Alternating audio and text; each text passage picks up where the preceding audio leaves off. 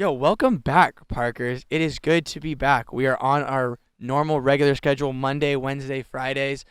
We really want to thank you guys for the plethora of listener reviews that you guys sent us. And we really went through that, sifted through that, and formulated our next episode based on what you guys really wanted to listen to. We also went through the comment section, and from your comments, we actually did a little bit of organizational restructuring. Marshall, what do you think about the restructuring? It's the best thing you've said all podcast. It's just gonna cut. You're gonna be gone. Welcome to Pod in the Park, episode 7, Dear Plastic. In this episode, we'll be talking about the impacts and benefits that plastic has had on our past, what role it might play in our future, and our current experiences with plastic. We're probably surrounded by it right now. It's probably in my bloodstream. I think tea bags have plastic in them. I'm probably drinking that this morning. Anyway, what do you think about plastic, Cameron? Plastic. So yeah, me too. I really agree with that as well. We'll be talking about plastic, as Cameron said. We'll also be doing a really great local solution to how you can reduce your plastic waste. It's called the Source Zero. It's in downtown San Jose. We'll do a shout out to them at the end. So what do you think about plastic, Cameron? Well, so plastic is like, it's like a mistress, you know? It's like, it's like a mistress. You don't want it, but then it's fun to have. No, I'm just kidding. But with plastic, so basically like I'm concerned. I'm concerned by you, Cameron. We've been gone for a week and you've changed, man. So it's like plastic is like, it enables enables you to do a lot of things. There's a lot of good things that have come from plastic. There's been like advancements in the medical field with plastic. Consumer products have decreased in price because of the use of plastic, but the implications of what the consequences of using that cheap, disgusting, non-reusable plastic, it has had a huge impact on our environment. And I've used plastic, my entire life. Everyone has. You can't get away from it. But yeah.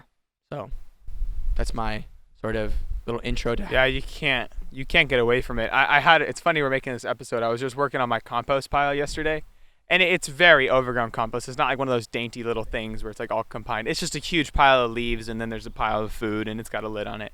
But anyway, I was sifting through this pile that's probably been accumulating for like 5 years, but there's parts of it that have been there for 15 years since we moved in.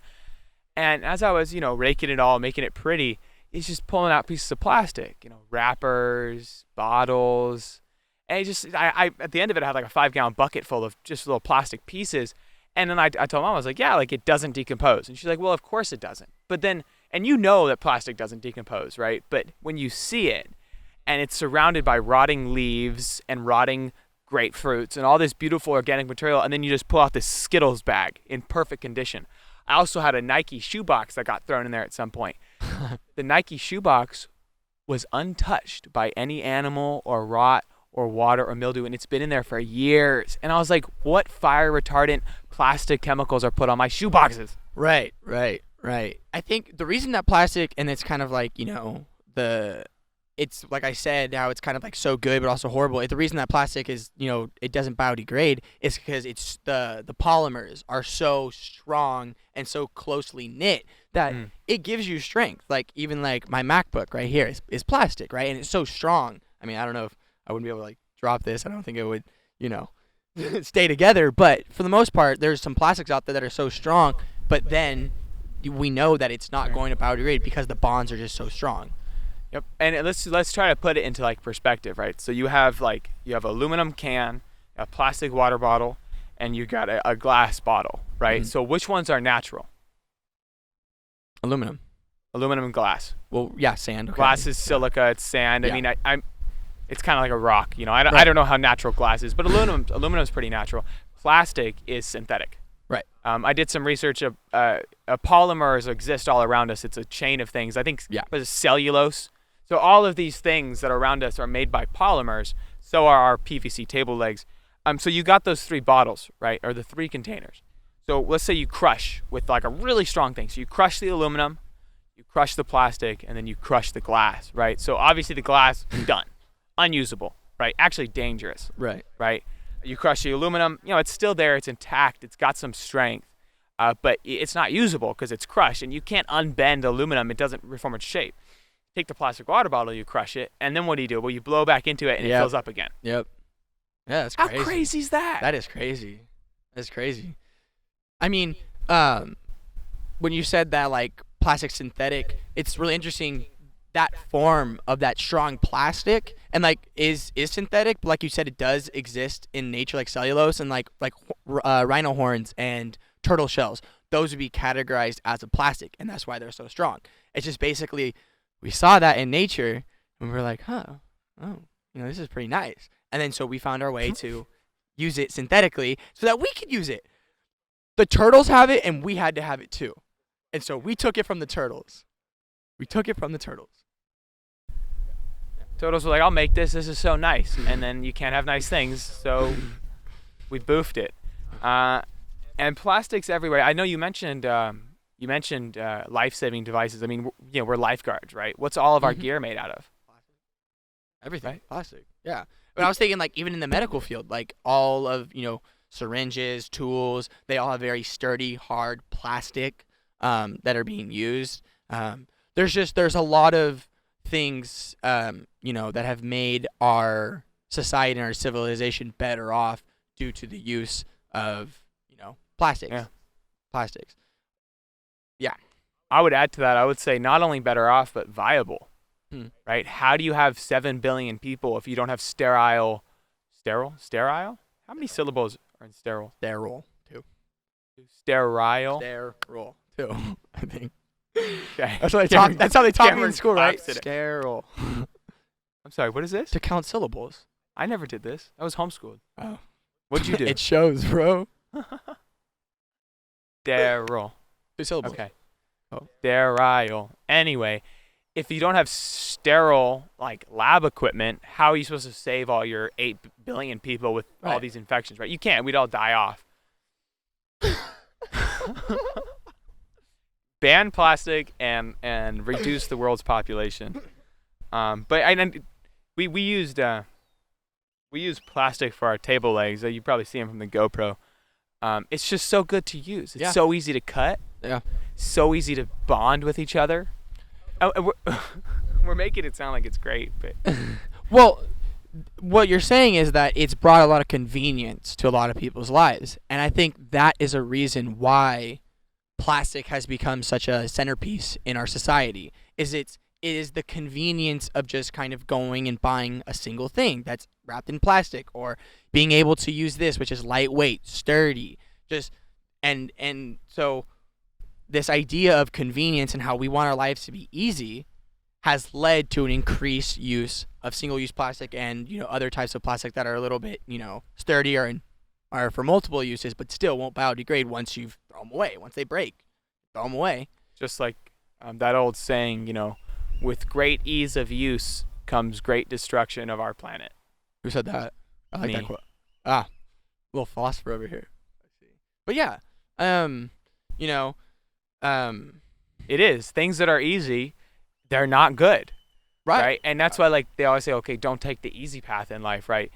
Because don't take it's all the sayings are the same thing.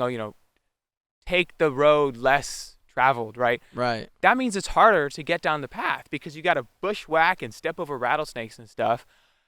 But because we're taking the easy path of convenience with plastic, like there's chemicals, it's fossil fuel consumption. What is it?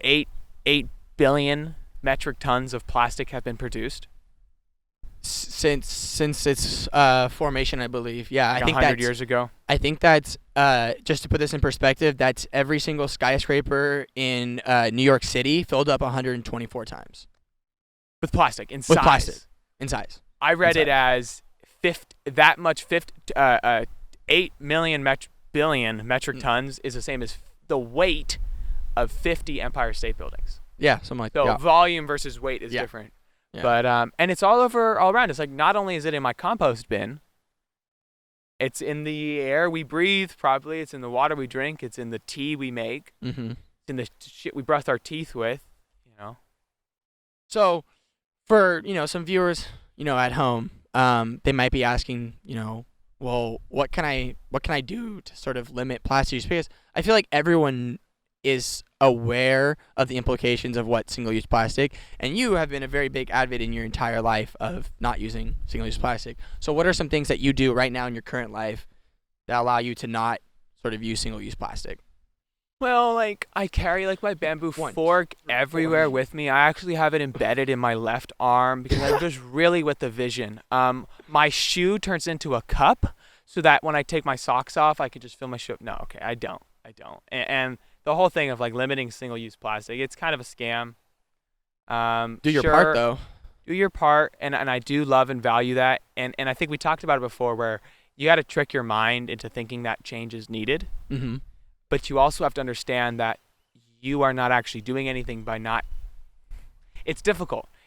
And maybe I shouldn't make any statements on whether or not I think individual action on plastic consumption is actually beneficial. I haven't put enough thought into it. I'm too busy. Again, I'm not a philosopher, right? If I was a philosopher, I would sit down for, I don't know how you philosophize, but you'd sit down for a year and you'd say, is using a paper straw better? And you'd philosophize about. But I have time for that. And like, I guess I'm just very cynical when it comes to like that stuff. But please, I feel good when I use a bamboo fork, right?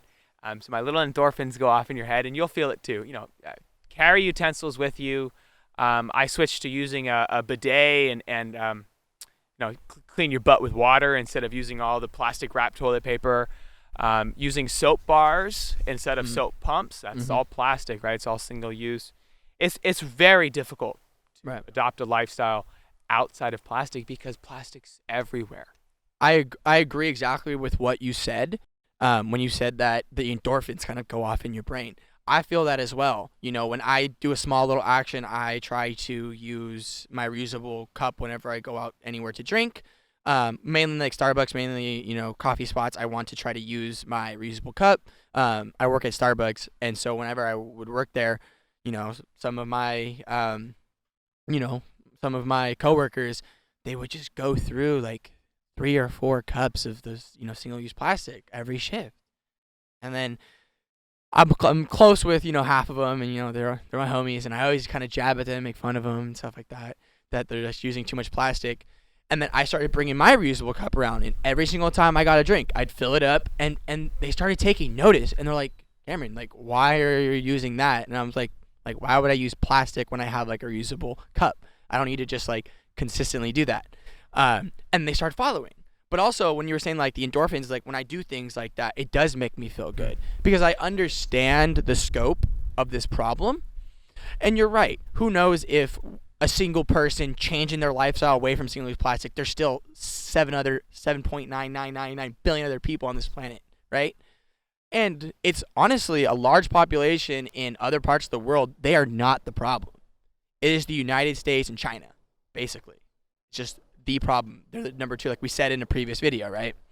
But it does feel good when I'm, bringing my own utensils, when I try to reuse as much as I can. Lunch, for example, I meal prep. I'm actually going to start going to the farmer's market to get my veggies. I also have a garden. Shout out my garden in my backyard. I'm going to be using that soon. I won't need to go to the supermarket to get food anymore. I can just pull from my garden, go to the farmer's market. There's no need for plastic. And I like what you say, Cameron. Like, it was really inspirational. And like, I love seeing you use, glass Tupperwares or Tupperwares in general, even if they are plastic, right? Because you're not using saran wrap, right? And I see the things that your family has done differently. You don't use paper plates as much anymore. Although it's paper, how much fossil fuels goes and plastic goes into paper production, right? All the machines are probably plastic. So you got to think about everything. And I do just want to I'm going through kind of a mindset shift. I mean, running for city council and then being an activist on global scale, it's depressing, right? And it's really easy to get angry and cynical, and I'm working on it. So I apologize for being angry and cynical. But there are some great endorphin rushes that come from using non-plastic. It also is a great mindset shift. Yeah. Because if someone runs for office and they say, I want to ban all plastic in the state of California, 10 years ago, that was out of the question because no one gave a crap about plastics. But what if we all started using bamboo forks and then someone comes along and says, I'm going to run for office, I'm going to ban all forks, and you'd be like, okay, great. And now you send a signal to the rest of the country. You start that chain reaction where our whole country will be plastic free. Right. All because the people in San Jose, and here's the chain reaction that I love to think about, and it starts when you think local. If you think global, you get depressed. If you think local, Every person in San Jose uses bamboo forks. The mayor of San Jose bans forks in San Jose. Okay, then that spreads a little bit further. Now LA, SF, and San Jose have banned forks. Well, now the governor of California bans forks, right, or whatever it is, and then that's when you get the domino effect. That's really passionate and beautiful. And there are some ways that you can do that on your own, but it is damn hard. Right. Do not expect to go into the plastic-free life thinking you're going to take some great photos, post it on Instagram, and how awesome your experience was. It's a lot of work. So I think some of the keys to take away from this episode is one, single-use plastic is trash. It's very hard to get away from. Yet when you actively put yourself in that mindset to change and use less, it feels good. There's also a way locally, like we said in the earlier the episode, the Source Zero. So basically what the Source Zero is we call it a micro business, and it is located, I believe, on Santa Clara Street in downtown, I believe. I'm just going to say downtown San Jose. It's a really small little shop, and what they do is they specialize in reducing single-use plastic. I'm actually going to read their little mission statement from their website just so you guys get a really good sort of view of what they do. The Source Zero exists to provide a resource for people who are working towards limiting their plastic footprint. We bring together women small businesses whose mission is in line with ours and provide a judgment-free education zone on how we can alter one thing at a time to keep our plastic use minimal. Visit the shop for a soap refill bar and other daily essentials that are earth-conscious, locally made, and well-crafted for longevity. Whether you refill a used bottle of soap at our soap bar or switch over to a bamboo toothbrush, know that every little action counts and adds up to create a positive impact on the planet and community around us. So they're actually tackling a lot of things. They're not just saying, okay, no reusable. They're actually sourcing their products from local, which helps with, fossil fuel decrease of use, not shipping in things from way out of state, bring them in. So that's actually really dope. Yeah. So there, the Source Zero, it's not the zero source. That's kind of what your brain wants to say. It's the Source Zero. It's located at 60 North San Pedro Street, Suite 20. It's across the street from the Pasta Market. It's this really cool project that the city of San Jose did to make micro businesses, which IMO are the future of businesses. It's like literally the size of a bathroom, but actually Mers is the owner. She utilized the space really great. The whole wall is open. It's kind of like an old candy shop, so don't worry about closed quarters. There's a lot of open airflow. There's also some great other shops you'll love to go check out. There's a farmer's market there, I believe, every Friday. Look up the San Pedro Square Farmer's Market. If you go during that time, you can get your local shopping in and your plastic-free stuff. What else do you need there? I've been there, and I'll tell you my experience with the Source Zero. I've gotten toothpaste tablets because, again, your toothpaste roll is all plastic, right? Everything is. But you take your little scooper in the jar, and you get your little tablets. It's literally just baking soda and probably some mint, which you can make yourself. But it's nice that it's a tablet. You put it in your mouth. You chew it, you take some water with your toothbrush, and then you've got your little toothpaste. And I use them all the time now, and it's awesome. They also have little snack baggies. They got bags for fruit. They got some great metal Tupperwares, which are like super sustainable because glass is a little iffy. But again, it's a little pricey though, right? And you're like, well, my toothbrushes from Orbit, whatever they are normally like $1.50 for 3, and now my bamboo one is $3 each. Did you know that every single toothbrush that's ever been made is still on this planet? So if you want to spend $1.50 for 3 toothbrushes and add 3 more toothbrushes to the long list of things that have always existed, I mean, I understand there's budgetary restraints, but if you've got a couple extra dollars, go to Ashley Mers, the Source Zero, feel good about yourself, and we'll feel good about you too. We love you. Thank you so much for watching Pod in the Park, and we will see you next time.